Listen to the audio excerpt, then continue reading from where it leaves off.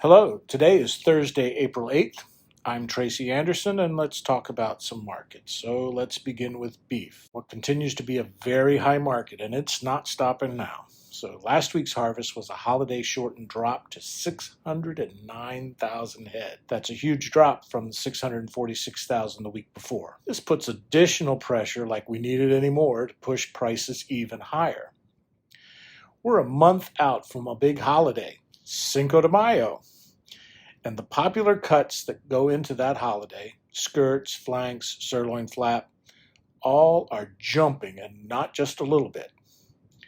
Not a ton of product available, a festive holiday coming up, food service reopening around the country. All this points to buy to cover your needs as soon as you can. This is the third week I'm saying this. If it comes from beef cattle, next week it is more money.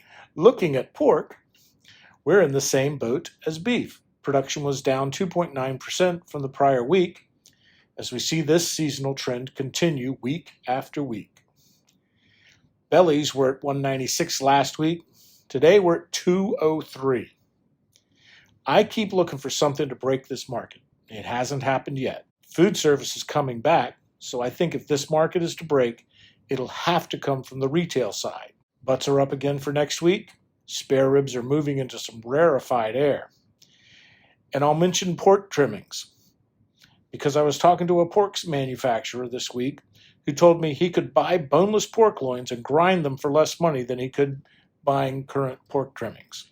I believe I've mentioned it before, but boneless pork loin continues to be the value in the pork complex. But the point about the trimmings moving up, this will affect sausage products and the economically popular hot dogs heading into prime grilling season. Looking at dairy markets, another week up. Through Thursday, we're up 4 on the block, up 7 on the barrel, and up 1 on butter. I'm still going to call this more room to the upside, but again, these are very manageable market moves. Now let's look at corn and soy. Corn's holding tight at $5.72 a bushel, where we were last week. Last week, acreage news has kept this market high, and I think we're here for the while.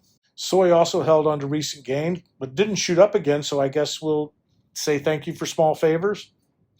Product is still very tight and expensive. Hopefully, we can at least stop the increases and learn to live with this new normal. And finally, I did find a market coming down. Shell eggs. Easter's over. They're dropping like a rock.